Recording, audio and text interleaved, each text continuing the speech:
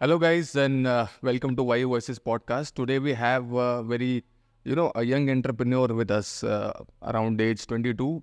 Please welcome Khushi Panjwani ji from Raipur, Chhattisgarh itself. So Khushi Panjwani जी कैसे हैं आप? मैं बहुत अच्छी हूँ, आप कैसे? मैं भी बढ़िया एकदम। तो खुशी पंजवानी जी आप रायपुर से बिलोंग करती हैं? जी।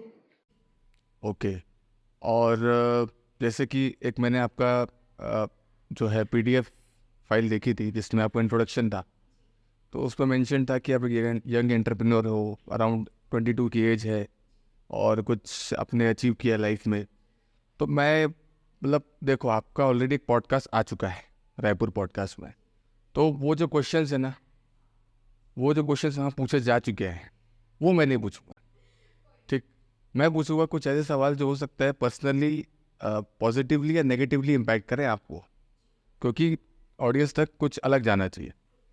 तो अब हम स्टार्ट करते हैं पहले सवाल से कि इसमें मेरे मैं ये चाहूँगा कि जो उसमें क्वेश्चन थे ना उसी से मोल्ड करूँगा मैं, बस प्रेजेंट आपको करना है। हाँ, तो बस जैसे कि उसमें आपने बताया था कि आपकी स्कूल लाइफ है ना, चाइल्डहुड होता है, स्कूल लाइफ होती है।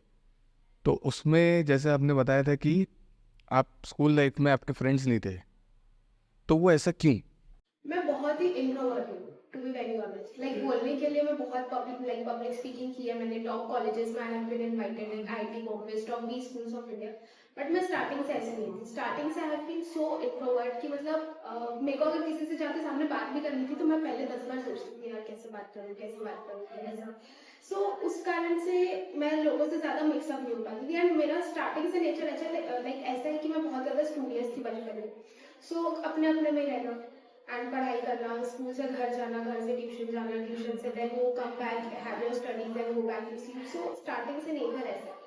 सो ऐसी बात नहीं कि कोई भी फ्रेंड्स एक आध थे, but I would not call them my best friends, क्योंकि एक होता है ना आपका कि आपको स्कूल लाइफ अगर अपनी निकालनी है सो यू रिक्वायर फ्रेंड्स, क्योंकि अकेले तो कुछ भी नहीं होगा।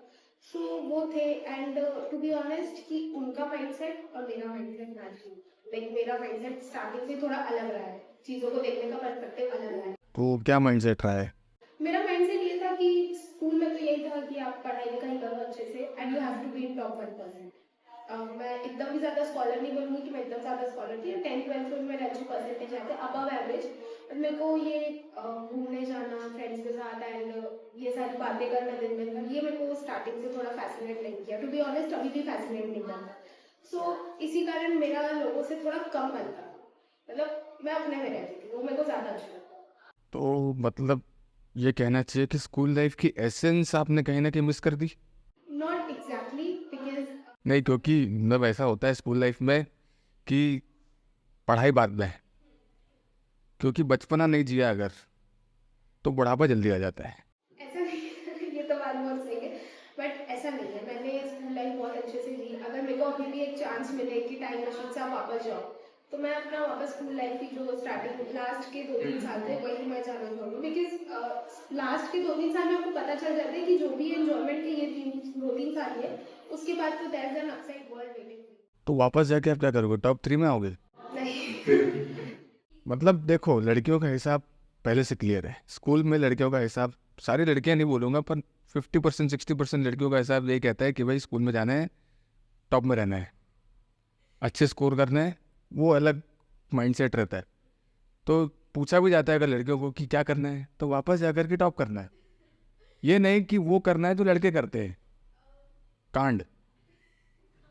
क्योंकि आप स्कूल लाइफ एक ऐसी चीज़ है ना कि कहते हैं कि हमारे एक बहुत अच्छे परिचित भी हो गए आज के डेट में, योगेश अग्रवाल जी ने बहुत अच्छी बात की थी।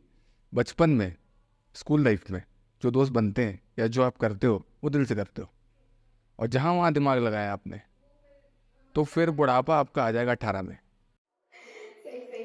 बट मैं वापस जाके वही रीलीव करना चाहूँगी वो मोमेंट्स, क्योंकि बहुत अच्छे थे एंड अभी तक के बहुत ही प्रेशियस मोमेंट्स थे। ऐसा नहीं कि मेरे को कुछ कांड मचाना है, मेरे वॉशरूम में जाके बम फोड़ देना है या कुछ और। बट वो नहीं किया तो क्या किया फिर? जवानी में बम थोड़ी फोड़ेंगे, आतंकवाद हो जाओगे फिर। नहीं, मेरे को बहुत डर लगता था एक्चुअली ना। मेरे को ऐसा लगता था कि अगर मैं फोड़ तो मैं पकड़ा जाऊँगी, और अगर पकड़ा गई तो टीचर पापा को कॉल कर देंगे। तो फिर तो वहाँ पे मेरा इससे तो हम लोग को तो ऐसा था कि हर हफ्ते फ़ोन आ रहा है घर में, हर हफ्ते सस्पेंड भी हो रहा है बेशरम जैसे, अगले दिन पहुंच जा रहा है। मेरे पापा को कॉल जाता था कि आपकी बच्ची बहुत ज़्यादा सिंसियर है, वो एक हो जाता था। तो मेरे को एक डर भी था, तो और मेरे को कभी ऐसे लगा नहीं कि मैं जाके ये सारी चीज़ें करूँगी, कि मेरे को नहीं समझ आती ये चीज़ें, टू बी ऑनेस्ट। ओके, तो 10 तक तो सबकी पढ़ाई एक जैसी रहती है, फिर आता है स्ट्रीम चूज़ करना है 11th 12th में। तो क्या स्ट्रीम चूज़ करी थी आप? ओके, बायोलॉजी प्लस मैथ्स की, बस बायोलॉजी। ओके। और मैंने और देखा था बायोलॉजी चूज़ जो लोग करते हैं वो जनरली नीट की तरफ जाते हैं या फिर मेडिकल की तरफ ही जाते हैं। तो कुछ आपने भी ऐसे किया है? सो मैंने नीट दिया है एंड मेरा वो क्लियर भी हुआ था कौन से साल में? 2019, एंड वो साल मैं बोलूँगी मेरे लिए बहुत ज़्यादा अच्छा था, क्योंकि उस टाइम कट ऑफ बहुत ज़्यादा कम हुआ था, एंड उस साल बहुत बच्चे पास हुए थे, सो लाइक बहती गंगा में हाथ धो दिया मैंने भी, ऐसा था। तो फिर नीट क्लियर हो गया था कि कितने मार्जिन से आप? समवेयर अराउंड 500 कुछ मार्क्स थे। सो उसमें मेरे को इतना तो समझ में आ गया था कि मेरे को मिलना तो गवर्नमेंट कॉलेज है, और गवर्नमेंट कॉलेज बोलते बहुत अच्छा है, उसकी सारी चीज़ें अच्छी है, बट मेरे को थोड़ा सा कम समझ आता था, like I B very honest, क्योंकि मैं बचपन से प्राइवेट में पढ़ी, एंड सडनली गवर्नमेंट में शिफ्ट करना मेरे लिए भी थोड़ा सा एडजस्टमेंट वहाँ पे हो गया था, क्योंकि वहाँ जो चीज़ें होती हैं, लाइक जो स्ट्रिक्टनेस और जो डिसिप्लिन होती है वो बहुत अलग है, like that's top notch, and मेरे को वहाँ की आदत नहीं थी। सो जब मार्क्स आया तो मेरे को समझ में तो आ गया कि ये तो नहीं होने वाला है, एम्स वगैरह जो आप एम कर रहे हो उसको थोड़ा नीचे आओगे, तो फिर प्राइवेट काउंसलिंग मैंने की, प्राइवेट कॉलेज में पीडीएफ में ऑल इंडिया रैंक 19 क्यों मेंशन है? तो आया था। तो फिर तो आपको कॉलेज मिल जाना चाहिए था। एम्स दिल्ली तो देखो नहीं लगा, और यहाँ के जो आसपास के कॉलेजेस थे फिर थोड़ा सा वहाँ पे एक वो आ जाता है कि आपको इस कॉलेज में जाना है कि उस कॉलेज में जाना है, वहाँ पे आपका एक सोल डिसीजन नहीं होता, वहाँ पे आपकी फैमिली का भी डिसीजन इन्वॉल्व होता है, और बाकी सारे डिसीजन भी इन्वॉल्व होता है कि आपको आगे कैसे प्रोसीड करना है, because you are not one taking the decision. Okay, तो एमबीबीएस नहीं किया फिर आपने फाइनल में? कर रही हूँ। एमबीबीएस कर रहे हो? और कुछ भी जैसे चल रहा है लाइफ में? एमबीबीएस तो ग्रेजुएशन है, 5 साल का कोर्स हो गया, कंप्लीट हो जाएगा। इसके अलावा मैंने उसमें सुना रायपुर पॉडकास्ट में कि आप बीबीए एलएलबी भी कर रहे हो, एमबीए भी कर रहे हो, वो कैसे? ऑनलाइन जैसे कि ना मैंने स्टार्टिंग में एडमिशन लिया, हाँ। तो तब तो मेडिकल ही था, बट उसके बाद मेरे को फाइनेंस बहुत ज़्यादा फैसिनेट करने लगा कि okay finance is it, and फिर मैंने डिसाइड किया कि वहाँ से फाइनेंस से ही आगे बढ़ते हैं। एक पॉइंट ऐसा है कि हो सकता है कि ड्रॉप आउट ले लो मेडिकल से, बट मैंने सोचा कि इतना इन्वेस्ट किया है अगर लाइक एवरीथिंग, तो फिर आगे ड्रॉप आउट करने से अच्छा आप उसको कंटिन्यू भी कर सकते हो साथ में, तो why not to continue it, क्योंकि बीच में अगर आप चले जाओ तो कहीं ना कहीं अभी तो ठीक है सारी चीज़ें फैंसी लगेगी, कहीं ना कहीं वो आगे जाके सेल्फ डाउट क्रिएट होगा। और एक यहाँ पर एक ट्रिक क्वेश्चन मेरा है, एमबीबीएस मेडिकल बार, बीबीए एलएलबी, एलएलबी मतलब कि लीगल बार, तो दोनों बार में आपका नाम कैसे जाएगा?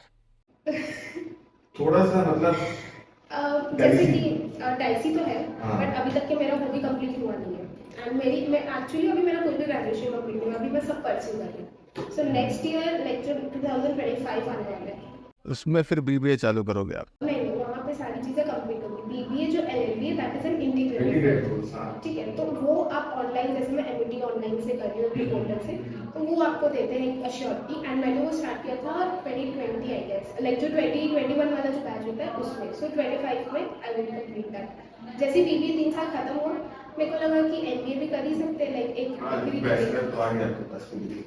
सो एमबीए कर लेते हैं, सो मणिपाल ऑनलाइन पोर्टल से मैंने एमबीए भी ऑप्ट किया लास्ट ईयर, सो वो भी नेक्स्ट ईयर कंप्लीट हो जाएगा, सो दिस इज हाउ थोड़ा सा दिमाग लगा के you can connect the dots. इतना सारा आप पढ़ रहे हो, समझ में आता है, पर मेरे को ये बताओ, आप इलाज करने जाओगे और वहाँ पर आप मिक्स मर्ज हो जाती है कई बार चीज़ें, या केस हो गया या कुछ बात हो गई, तो सुई की जगह आप फाइल ना पटक दो, ये आपका, क्योंकि अटर्नी बन जाओगे ना एक तरीके से, बार एसोसिएशन से आपको एक क्या बोलते हैं आईडी कार्ड मिल जाएगा, है ना, फॉर्मली आप एक लॉयर बन जाओगे, फॉर्मली आप एक डॉक्टर बन जाओगे, पर वो दोनों चीज़ें मैनेज कैसे करोगे आप? अब मैनेज करने की बात ये है कि अभी I am totally focused on my startups, अच्छा।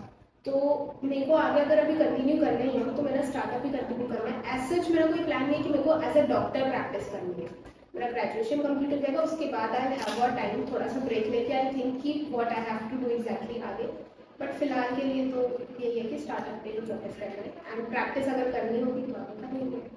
चलो आपके स्टार्टअप पे तो बाद में आएंगे, पहले तो एमबीबीएस आप करके हो सकता है हॉस्पिटल भी डाल दो, बिजनेस ही करना है, अल्टीमेटली बिजनेस ही करना है, कि आपके जो फैमिली बैकग्राउंड है वो बिजनेस से ही आता है। तो अभी फैमिली बैकग्राउंड के बारे में थोड़ा बात करते हैं कि अभी मतलब फादर आपके क्या करते हैं फिलहाल? My father is like a businessman, उनकी इंडस्ट्री में एंड वो प्रॉपर बिजनेस में ही है। स्टार्टिंग लाइक उनकी बहुत ही अर्ली स्टेज से उन्होंने बिजनेस में स्टार्ट किए थे। वो फील्ड डिफरेंट है अपने स्टार्टअप से? बहुत डिफरेंट है, लाइक वो एक प्रॉपर ट्रेडिशनल बिजनेस में and I have a startup, so there is this thick border line between a traditional business and a startup. So वो बहुत ही अलग चीज़ है and my father is like a very great businessman. वैसे आपने बोला स्टार्टअप और बिजनेस के बीच में थिन डिफरेंस है, थिन लाइन है, क्योंकि हमने सवाल पूछ चुका है इससे पहले जो स्टार्टअप्स कर रहे हैं और बिजनेस होल्ड करते हैं अभी आज की डेट में, तो आपके हिसाब से क्या डिफरेंस है? जैसे अगर स्टार्टअप और बिजनेस में अगर मैं डिफरेंशिएट करूँ, उससे पहले मैं डिफरेंशिएट करना चाहूँगी एक बिजनेसमैन या वुमेन में और एक एंटरप्रेन्योर में। एंटरप्रेन्योर के पास एक न्यू आइडिया रहता है, एक न्यू कॉन्सेप्ट रहता है, वो उसको मोल्ड करके सोसाइटी के सामने प्रेजेंट करता है, like your vision your idea. But जो बिजनेस होता है, लाइक जो बिजनेस वो कंटिन्यू होते आ रहा है कि आपने जो ट्रेडिशनल फॉर्म ऑफ बिजनेस एक बार स्टार्ट किया या मे बी आपके लास्ट जनरेशन ने स्टार्ट किया, आप उसको कैरी फॉरवर्ड कर रहे हो। So this is the difference between a businessman and an entrepreneur. वो कंटिन्यू कर रहे हैं और ये कंटिन्यू करने के साथ साथ उसको मॉडिफाई भी कर रहे हैं एंटरप्रेन्योर। तो यही है कि स्टार्टअप्स में लाइक बहुत सारी चीज़ें फिर डिफरेंट हो जाती है कि आपको यूनिकॉर्न बनाना पड़ता है, 100 CR का रेवेन्यू करना पड़ता है, यू हैव इन्वेस्टर्स, आपको इन्वेस्टर को रीच आउट करना पड़ता है कि इन्वेस्टर आपकी कंपनी में आएगा एंड आप उसको इक्विटी दोगे एंड वहाँ पर फिर आप दोनों का एक साथ माइंडसेट चलेगा। मतलब इन्वेस्टर वुड भी अपना पैसा तो लगाएगा ही लगाएगा एंड सोल डिसीजन मेकिंग भी उसके पास काफ़ी हद तक के रहती है इन्वेस्टर के पास। एंड बिजनेस में आप कंप्लीटली आप लोनर, आप you are like the only decision maker of it and वहाँ पे ना सामने वाले का पैसा लग रहा है ना टाइम लग रहा है। वहाँ पे आपको ऐसा नहीं है कि मेरे को 100 CR का रेवेन्यू करके यूनिकॉर्न करना है या क्या, वो चलते आ रहे हैं। जैसे बिजनेस में हम देखें 200, 300, 500 CR तक भी रेवेन्यूज होती है, but they are not called unicorns. But आप स्टार्टअप में हो तो आप ब्रांड बना लो और जैसे ब्रांड बनेगा वो स्प्रेड होगा। आप 22 ईयर्स एज है आपकी, और मैं अपने बारे में बता देता हूँ आपको कि मैं बिजनेस कंसल्टेंट रह चुका हूँ, मतलब अभी भी नहीं। तो जहाँ तक जो आप थिन लाइन आपने बताई ना, हो सकता है कि आपको कहीं ना कहीं, क्योंकि हो सकता है कि एक एज होती है, एक्सपीरियंस और बहुत सारी चीज़ें मैटर करती है। तो जहाँ तक मुझे पता है थिन लाइन जो है वो ये है स्टार्टअप और बिजनेस के बीच। स्टार्टअप वो है जो प्रॉब्लम सॉल्व करे, ठीक। बिजनेस वो है जो प्रोडक्ट डिलीवर करे, प्रोडक्शन हो, सोसाइटी में बेसिक नेसेसिटीज़ के नीड्स प्रोवाइड हो जाए, उसके बाद जो प्रॉब्लम्स आती है, फॉर एग्जांपल फूड डिलीवरी, या फिर होटल्स को प्रॉब्लम आ रही है, उनके होटल्स नहीं चल रहे, रेंट पे नहीं जा रहे हैं, बहुत सारी चीज़ें। तो ये प्रॉब्लम का सोल्यूशन प्रोवाइड करना इज़ लाइक स्टार्टअप, जो सोसाइटी को एक सोल्यूशन प्रोवाइड करे। और फंडिंग तो सब जगह होती है, चाहे वो SME हो या फिर बिजनेस हो, फंडिंग सब जगह होती है। तो फंडिंग तो is not related to startup I guess, सब, क्योंकि कोई ना कोई इन्वेस्टर है, पार्टनर है, सब में सबकी इक्विटीज़ बटी हुई है। इक्विटीज बटी हुई, जैसे बिजनेस पार्टनर्स हो जाते हैं, उसी को अगर हम एक फैंसी टर्म बोले तो इन्वेस्टर और फाउंडर, को फाउंडर, सबके अलग अलग रोल्स जो है वो डिस्ट्रीब्यूट हो जाते हैं। सो जैसे मैंने आपको बोला कि एंटरप्रेन्योर इज लाइक कि वो अपना एक विजनरी आइडिया बनाते हैं कि उनका एक विजन होता है। जैसे आज अगर हम एक पिच डेक लेके जाते हैं किसी इन्वेस्टर के पास, तो स्टार्टिंग ही वो वहीं से होती है कि हम पहले नंबर्स प्रेजेंट करते हैं, उसके बाद हम बताते हैं कि हमारा विजन क्या है, कि हमें आगे आने वाले कुछ सालों में इतना टाइम केटर करना है, एंड उसके बाद फिर हम जो भी प्रेजेंट करते हैं। सो वही है कि आप एक चीज़ देखेंगे कि एंटरप्रेन्योर्स जो है ना, वो कभी भी बहुत ही रेयर केस में देखेंगे कि वो traditional business, like traditional form of business में इन्वॉल्व है। वो उनका हमेशा से एक अलग ही स्टार्टअप रहा है, अलग ही माइंडसेट रहा है। एग्जैक्टली। तो अब तो ये हो गया स्टार्टअप और डिफरेंस हो गया। आपका क्या स्टार्टअप है, मतलब क्या आप what is your offering? So basically, I have two startups. First is Digi Excellence, which is a digital marketing and a social media agency company, जहाँ पे हम इन्फ्लुएंसर्स के साथ भी काम करते हैं, कंपनीज के साथ भी काम करते हैं। पहले इन्फ्लुएंसर्स के साथ हम नहीं करते थे काम, पहले सिर्फ कंपनीज को डिजिटल सर्विसेज ही प्रोवाइड करेंगे, बट उसके बाद आई थॉट कि करना पड़ेगा क्योंकि फिर इन्फ्लुएंसर क्रेज बहुत ज़्यादा बढ़ रहा है। So we combine both of them. And second, which is like my dream startup and I'm working towards it, is FinOSmart. ये एक fintech brand है जहाँ पे we provide one-on-one financial services according to your needs and your capital. मतलब आपको कोई बहुत ज़्यादा कैपिटल लाने की जरूरत नहीं है फॉर इन्वेस्टिंग या फिर आप किसी भी फॉर्म ऑफ इन्वेस्टिंग में आप जाना चाहें, and one-on-one consultancy plus mentorship कि जैसे किसी को कंप्लीट फाइनेंस सीखना, not only related to one thing of finance, अगर कंप्लीट फाइनेंस सीखना, so we provide them in a 1-on-1 format, जैसे आप हमारी कॉन्वर्सेशन करें. सो दिस इज लाइक अभी तक के हमारे ऑफरिंग्स ये हैं. उसमें हम और भी आगे ऑफरिंग्स ऐड कर रहे हैं, जैसे कि हमारे एप्लीकेशन में बहुत बाय एंड सेल का भी वो करेंगे. Like we are in touch with थोड़ा सा सेबी, जैसे सेबी अप्रूवल हो जाएगा will start working in R&D में. एंड सेकेंड थिंग इज कि will be adding some mutual fund services as well. अगर if someone wants to invest in mutual funds, because there are like hundreds of mutual funds, आपको क्या सही लगता है कैसे लगता है, so that would be in app format only कि आपके पास मेंटर्स हैं, आपके पास कंसल्टेंट्स हैं, आप उनसे कंसल्ट कीजिए and then you can invest. Okay. अच्छा खुशी जी, मेरा ना एक सवाल जो है ना वो बहुत ज़्यादा बोलना चाहिए कि मेरे पंच लाइन है या फोटे हैं या फिर आप कहो, तो वो सवाल जो है मैं सबसे पूछता हूँ. वो सवाल बहुत चुभता है मेरे को. स्टार्टअप चालू किया आपने, सब किया, फंड्स कहाँ से? ओके, सो फंड्स जैसे कि फिनोसॉफ्ट तो एग्जिस्टेंस में बहुत बार मैडम. पहले मैं इंटर्नशिप करती थी टू बी वेरी ऑनेस्ट, सीखने के लिए कि एग्जैक्टली होता क्या है, डिजिटल मार्केटिंग वगैरह क्या होती है. तो मेरे को कंटेंट राइटिंग की इंटर्नशिप हुई and digital marketing overall field मेरे को बहुत ज़्यादा फैसिनेट करी कि ओ वाह, मेरे को इससे पहले नहीं पता था कि आप अपने बिजनेस को ऑनलाइन लेके जा सकते हो, कि आप एड्स चला सकते हो, आप वीडियो एडिटिंग, मतलब जितनी भी आपके स्केल्स हैं डिजिटल मार्केटिंग की वो आप कर सकते हो. तो मैंने कंटेंट राइटिंग की. वहाँ से मेरे को एक चीज़ समझ में आ गई थी कि क्लाइंट्स कैसे रिटेन करें, क्योंकि वहाँ पे I use to work very close to the founders जो थे एंड वो वर्क फ्रॉम होम का ही इंटर्नशिप था. सो एक चीज़ समझ में आ गई कि जो भी है ये मतलब आप कोल्ड रीच आउट कैसे कर सकते हो एंड क्या आपने उसमें लिख सकते हो कि क्लाइंट एक्चुअली आपको रिप्लाई करे. नहीं तो ऐसे तो 100 मेल्स आपको भी आते हैं, मेरे को भी आते हैं, बट हम हर एक मेल का रिप्लाई नहीं करते. So there is a kick line कि जहाँ पे आपको रिप्लाई आए, वो जो ट्रिक है ना वो मैंने सीख ली. तो आई थॉट कि एक बार स्टार्ट करते लेते हैं रिस्क, क्या होगा, ज़्यादा नहीं चलेगा. वो दोबारा इंटर्नशिप तो, and I was very young, मतलब आज से कुछ साल पहले की बात है. तो मैंने स्टार्ट किया एंड लकीली वो चीज़ टेक ऑफ कर गई. मतलब मैंने जितने क्लाइंट्स को रीच आउट किया, थोड़े कुछ ऐसे थे जो मतलब घोस्ट कर गए या फिर रिप्लाई नहीं कर सकते, बट बाकी जितने थे majority of the clients interested थे. सो हमने काम करना उनके साथ स्टार्ट किया, तो वहीं से फंड्स आते थे. एंड मैं बहुत लाइक फिनोसॉफ्ट से भी बहुत पहले इन्वेस्टिंग मैंने स्टार्ट कर दी थी.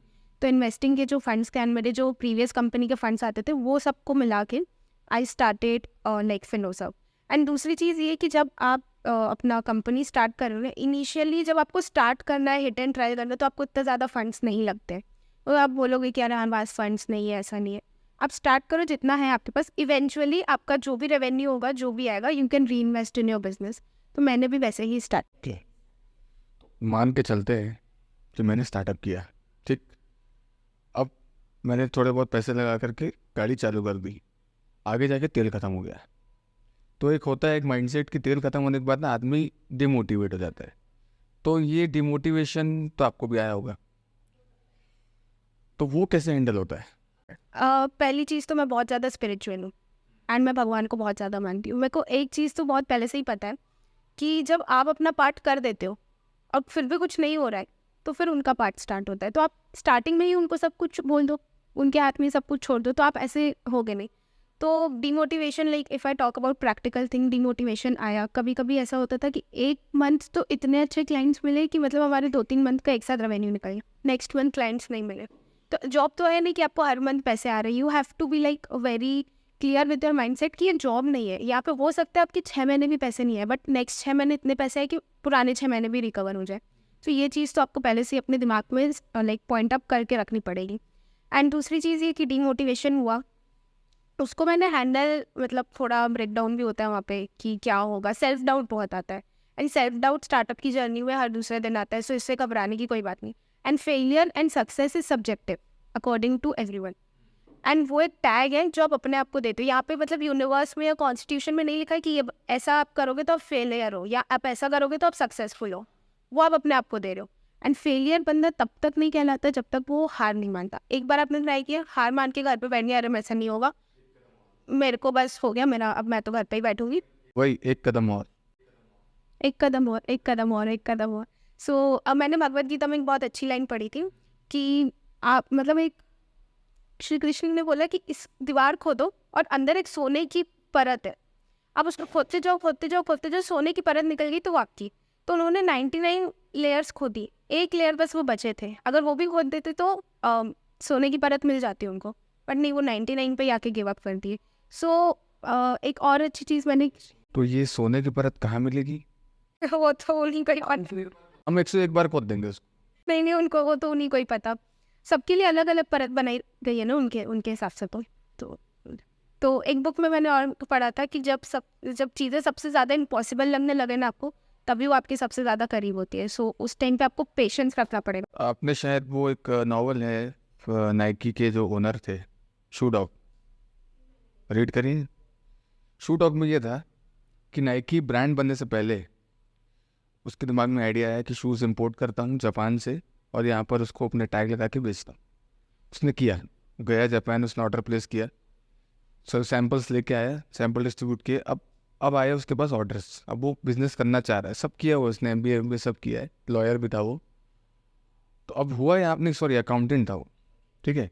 अब हुआ ये कि जापान में अगर आपको बिज़नेस करना है या बिज़नेस आपने प्रपोज किया है तो मिनिमम 1 ईयर लगेगा आपको उनका अप्रूवल आने में, और मैक्सिमम 5 ईयर्स, क्योंकि वो लोग बहुत सोचते हैं, बहुत ही ऑप्टिमिस्टिक उनका माइंडसेट रहता अप्रोच बहुत अलग है, वो 100 साल का सोच कर चलते हैं।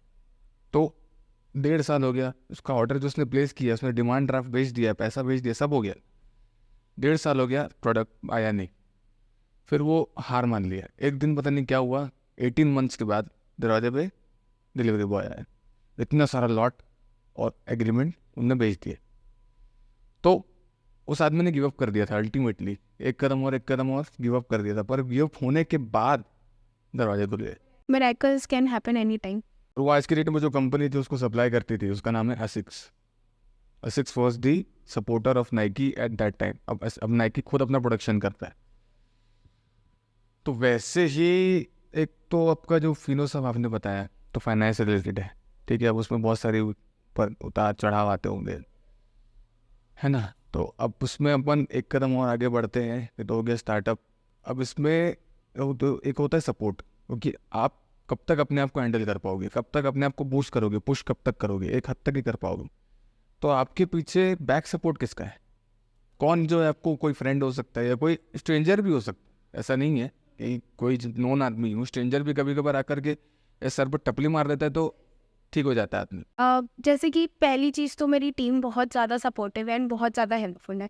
एक चीज़ मैंने स्टार्टिंग में ही सीख ली कि अगर आपको एक सक्सेसफुल ब्रांड बनाना है एंड उसको एक बहुत ही लंबे टाइम तक के रेस में रखना है, तो आपको टीम बनानी पड़ेगी। हर चीज़ आप अकेले नहीं कर सकते और हमेशा अपने से स्मार्ट लोगों को हायर करो। सो कुछ लोग ऐसे हैं जो मेरी एज से बहुत बड़े हैं, कुछ लोग हैं जो सेम एज के, कुछ लोग हैं जो मेरे से कम एज के भी है, लाइक जो फ्रीलांसर्स है।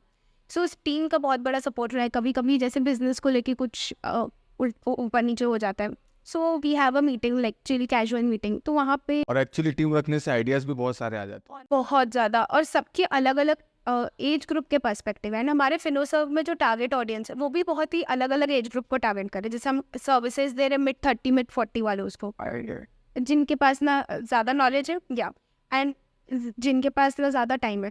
फिर वही 1-on-1 मेंटोरशिप, जिनके पास हंगर है कुछ सीखने की। So they are like 20s, early 20s या mid-20s में। हमारे पास कॉलेज स्टूडेंट का एक अलग सेगमेंट है कि सिर्फ कॉलेज स्टूडेंट्स को ही हम दे रहे हैं। हमने उसके साथ बहुत सारे कॉलेजेस के साथ पार्टनरशिप भी की है, like NIT Rourkela, IIT Bombay, इनके साथ पार्टनरशिप करके हमने स्टूडेंट्स को वो भी। तो अलग अलग एज ग्रुप है, तो वहाँ हमारी टीम में भी अलग अलग एज ग्रुप है। तो वहाँ से ना एक आइडियाज़ निकल के आ सकते हैं कि आपके एज वाले क्या सोच रहे हैं, क्योंकि वो एक कम्युनिटी है जो सेम हिसाब से सोचते हैं। जैसे हम जैसे अर्ली 20s वाले हैं तो हम एक अलग हिसाब से सोचते हैं, mid-20s वाले अलग एंड लेट 20s वाले अलग। जेंजी हो आप तो ऐसे भी। हाँ, Gen Z with the thought of millennial. ये जो हो रहा है, मतलब आपने टीम बना रखी तो सैलरी बेस्ड है वो लोग की एज एन इंटर्न आपने रखा है, क्योंकि स्मार्ट अगर आप एंटरप्रेन्योर कर रहे हो तो सबसे स्मार्ट मूव है इंटर्न्स हैं, कॉन्ट्रैक्ट बेसिस पे 3 महीने आप काम करो। हाँ, आपको हमारा काम अच्छा लगेगा। हम वो लोग जान लगा देंगे सर्टिफिकेट के लिए, क्योंकि आगे जाके दूसरी जगह स्विच करेंगे, जॉब मिलेगी, और जब वो जान लगाएंगे तो फ़ायदा आपका है। ये हमको दीपेन जी ने बताया था। हम उनको LOR भी देते हैं कि लेटर ऑफ रिकमेंडेशन, अगर वो आगे जाए तो अभी कॉलेज में हो आप, तब तक हमारे पास काम कर लो। वैसे भी आप हमारे पास लॉन्ग टर्म तो काम करोगे नहीं, प्लेसमेंट आएगी आप चले जाओगे, तो LOR लेके चले जाओ हमसे। सिंपल सी बात है, आपका काम भी हो रहा है, हमारा भी हो रहा है। कुछ हैं जैसे जो बहुत ही क्रूशियल पोजीशंस है वो सैलरीड है, बाकी सब फ्रीलांसर्स, कॉन्ट्रैक्ट बेसिस, इंटर्न्स, वैसे ही सब चल रहे हैं। मतलब जितना आप कॉस्ट कटिंग कर सकते हो स्पेशली मार्केटिंग में एंड हायरिंग करने में, उतना करो, क्योंकि जितना आपका रेवेन्यू अच्छा होगा, आप जब इन्वेस्टर को प्रेजेंट करोगे, इन्वेस्टर ये सारी चीज़ें देखेंगे। एंड सबसे पहले इन्वेस्टर का माइंडसेट ये चलता है कि मैं यहाँ से एग्जिट कैसे लूँ, क्योंकि at the end of the day आपको इन्वेस्टर को एग्जिट देनी है। तो इन्वेस्टर बोलेंगे ये लोग पूरा पैसा ही अपने इसमें उसमें खर्चा करें, मेरे को एग्जिट कहाँ से मिलेगी। सो जितना कॉस्ट कटिंग करोगे उतना अच्छा इनिशियल डे। वही COGS माइनस COGS जितना माइनस हो जाए उतना अच्छा है। एग्जैक्टली। तो आपने कहा आपकी टीम सपोर्ट करती है, फैमिली का यहाँ पर क्या रोल है शुरुआत से? उनको ज़्यादा कुछ पता नहीं था कि what I am doing and how I am doing. कि देखो आपका फैमिली में आपके फादर बिजनेसमैन है, तो एक आइडियलिस्टिक मतलब एक आइडियोलॉजी जो है या उनके जीन्स जो है वो आपके अंदर आए कहीं ना कहीं। तो हो सकता है कि मुझे लगता है कि बिजनेस अगर फैमिली में किसी को कोई बिजनेसमैन होता है और आप वो स्टार्ट करते हो तो वो कहीं ना कहीं इनडायरेक्टली या डायरेक्टली सपोर्ट कर देते हैं। डायरेक्टली इनडायरेक्टली सपोर्ट तो इनिशियल रहा नहीं है, टू बी ऑनेस्ट।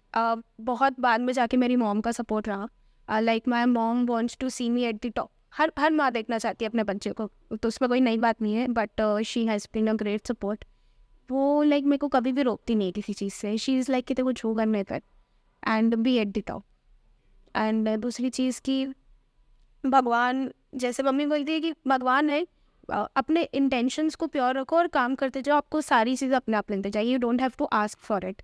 एंड जो बिजनेस माइंडसेट है, मतलब जैसे मैंने स्टार्ट बचपन से देखा है पापा को बिजनेस करते हुए कि वो कैसे हैंडल करते इतनी सारी चीज़ें, एंड क्लाइंट से कैसे बात करते, अपने क्लाइंट से, या उनको कैसे मोल्ड आउट करते, वो चीज़ कहीं ना कहीं दिमाग में थी। क्योंकि फाइनेंस तो बहुत बाद में आया ना, कि मतलब मेरा कोर इंटरेस्ट फाइनेंस में बाद में बढ़ा।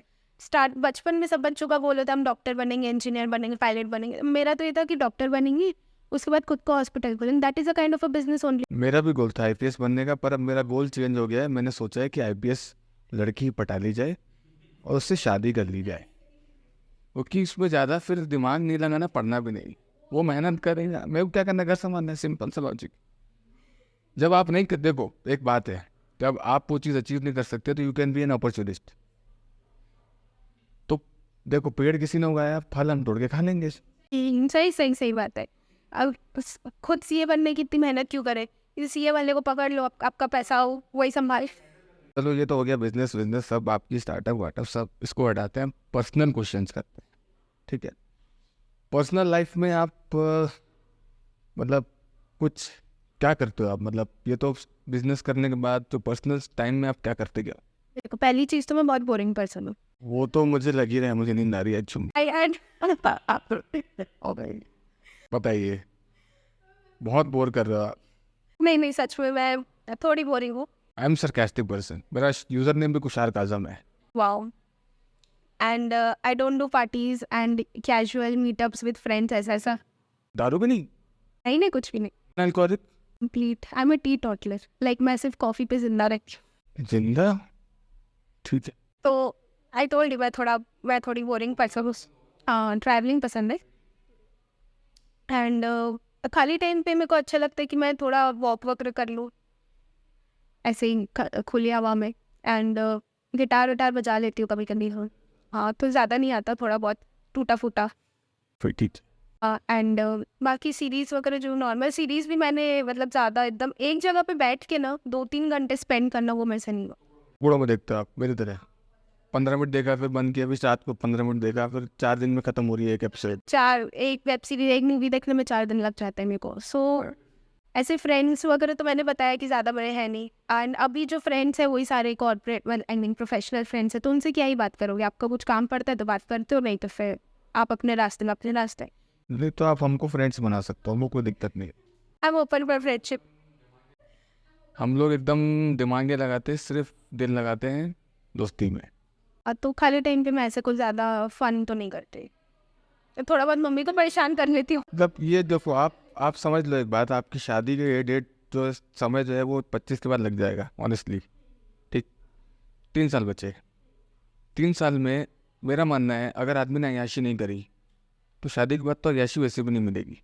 नहीं तो फिर कोई ऐसा ढूंढ लेंगे ना जो ये सारी चीज़ें करता हो। वो तो मुश्किल है ना। शादी के बाद लड़की की लाइफ चेंज हो जाती है। ये बात तो है, मतलब ये तो बहुत ही डीप टॉपिक है। देखो आपको मज़े करने चाहिए, मैं नहीं कहूँगा कि आप वॉक पे जाओ, वॉक पे नहीं, आप तो वॉक पे जाते जाते साइकिल लो, किसी के सर पे टपली मारो, बोला चलो मस्ती करो, थोड़ा सा एग्जैजरेट करो अपने आप को। क्योंकि मैं बैठा हूँ, मुझे नींद आ रही है, तो फिर बाकी लोग को तो सो जाता हूँ सीधा। हाँ, वही है ना कि मैं ज़्यादा किसी से बात भी नहीं करती वैसे। करना चाहिए। ये वो वैसे ना पर वही बिजनेस थी। हाँ, अच्छा ये तो हो गया फैमिली सपोर्ट। रिलेशनशिप में कुछ आज तक कुछ नहीं करके रहे हो यार? पता नहीं। ना दारू पी रहे हो, ना दोस्त बना रहे हो, ना आप मज़े कर रहे हो, ना आपने कांड किया आज तक कोई।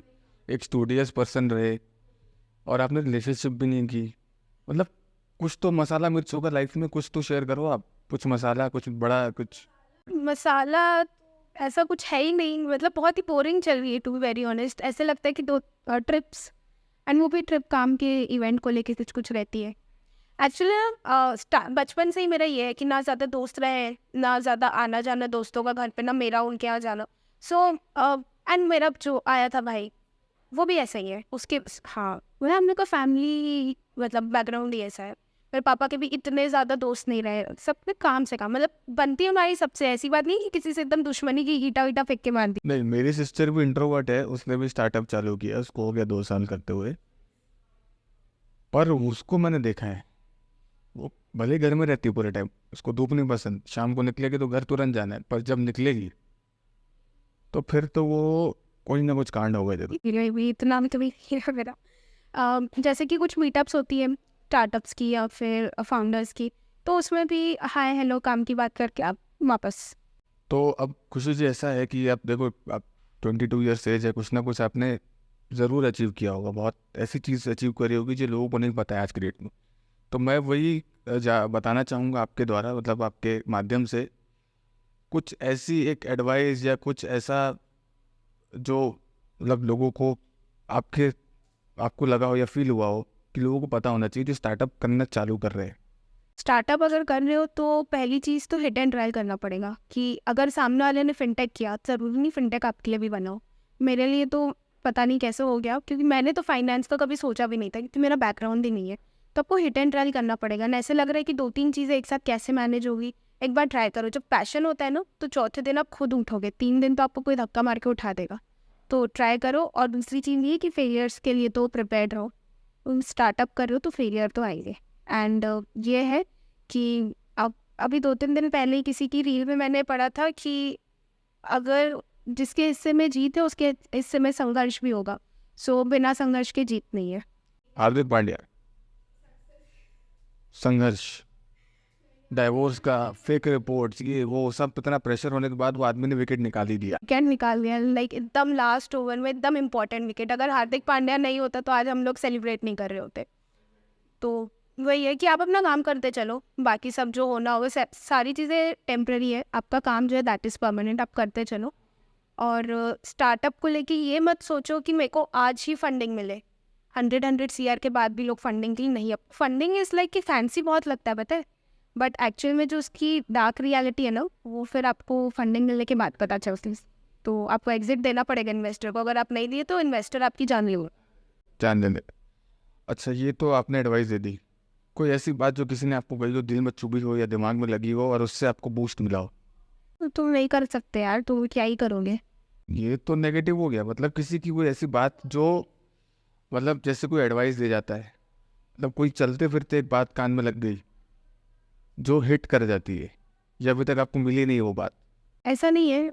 जैसे मेरी मम्मी तो मेरे को दिन में 50 बार ऐसी बातें बोलती रहती है, मैं क्या क्या याद रखूँ।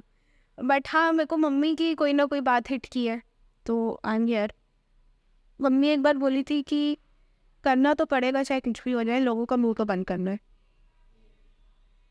कुछ भी करो पर करना तो पड़ेगा, बस कर रहे। खुशी जी, एक चीज़ और मैंने उसमें देखी कि आपने 2 बुक लिखी हैं। You are also an author I guess.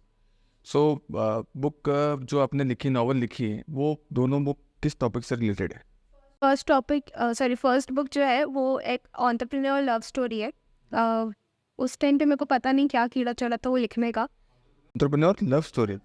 Love story, मतलब दो लोग रहते हैं जो कि अपना एक स्टार्टअप बना देते आपके में तो लव स्टोरी है नहीं, तो फिर ये कैसे लिख दिया आपने? नहीं, मेरी नहीं है ना, मेरी नहीं है। बट उस टाइम मेरे को कुछ ऐसा लगा कि फैसिनेट किया तो मैंने लिख ली। एंड उसके कुछ टाइम बाद मैंने फिर एक बहुत ही अच्छी बुक लिखी जो कि अभी तक की बेस्ट सेलर बुक है, बहुत सारी कंट्रीज़ में भी वो जा चुकी है एंड बहुत बड़े बुक फेयर्स में भी that has been published, Germany and Philippines वगैरह में। And that is basics of stock market and golden rule of finance. वो नॉवल वगैरह नहीं है, इन्फॉर्मेटिव बुक है। इन्फॉर्मेटिव बुक है। तो आपने बोला जर्मनी में इसका शोकेस हुआ है, और कहाँ पे हुआ है? फिलीपींस में। तो जैसे मैंने नॉवल निकाली अपनी, तो ये मतलब कंपनी अप्रोच करती है या हमको अप्रोच करना पड़ता है? ये हम पहुँचा है कैसे, पब्लिश कैसे करें? पब्लिश तो बहुत सारे पब्लिकेशन हाउस है, आप अपनी मैन्यूस्क्रिप्ट सबमिट करो, उनको समझ आएगी तो वो आपको कांटेक्ट करेंगे। ओके, तो उनने कोई चार्ज नहीं किया ना आपसे, जर्मनी वालों ने? फ्री ऑफ कॉस्ट, मतलब उनको पसंद आ गया वो? हाँ, ओके ओके। पसंद आई और बेस्ट सेलर है तो वो तो आपको करेंगे ना, मतलब वो उनको खुद को अपना वो करना है। हाँ, एक प्रॉफिट मार्जिन उनका भी निकल के आ रहा है। ओके। एग्जैक्टली तो प्रॉफिट मार्जिन एक्चुअली आधा आधा हुआ था उस टाइम पे। ये कॉन्ट्रैक्ट था कि हम आपकी बुक पब्लिश करेंगे एंड जो भी उसका जितनी भी सेल, हाँ हाँ काइंड ऑफ। तो फिर भी लाइक मेजॉरिटी मेरे पास था, तो पब्लिकेशन हाउस वाले आपकी मतलब डालते रहते। तो अब समझ में आया कि फंड कहाँ से आया। ये बताना चाहिए था आपको कि फंड्स जो है वो नॉवल से आया, कंटेंट क्रिएशन से आ रहे हैं, डिजिटल पब्लिक स्पीकिंग से आ रहे हैं। ओके, हाँ फिर ठीक है। तो अब खुशी जी अपन इस पॉडकास्ट को एंड करते हैं, और बहुत अच्छा लगा आपसे मिलकर बात करके। फिर आप तो सो गए थे ना? हाँ, वो थोड़ा सा बोरिंग लग रहा था, अभी भी लग रहा है, खैर पर कोई बात नहीं, तो ख़त्म तो करना पड़ेगा, नींद आ रही है। तो चलिए फिर भी, but it was a nice discussion with you, और मैं चाहूँगा कि आगे भी अपन डिस्कशन करें ऑन अ पर्सनल नोट, क्योंकि आप यंग एंटरप्रेन्योर हो, और कहीं ना कहीं होता है ना कि गाइडेंस किसी की आप देके चलो तो बहुत बेनिफिट होता है। तो खुशी जी कैसा लगा फिर आपको, कुछ आपके कुछ पर्सनल व्यूज़ रिव्यूज़? नहीं, मेरे को बहुत अच्छा लगा and to be very honest, अभी तक के जितने पॉडकास्ट में आपका जर्नी क्या है, आपका इंटरव्यू क्या है और आपने कैसे स्टार्ट किया, वही सब बोल बोल के आई एम लाइक रट गया है मेरे को इतना। बट ये कुछ अलग था, बहुत ही अच्छा कॉन्वर्सेशन था एंड क्वेश्चंस बहुत ही ज़्यादा अलग थे, तो मेरे को मज़ा आया। थोड़ा सा फनी भी थे और थोड़ा बोरिंग भी था। रिंग भी थे, आप तो सो गए थे तो आई कैन अंडरस्टैंड।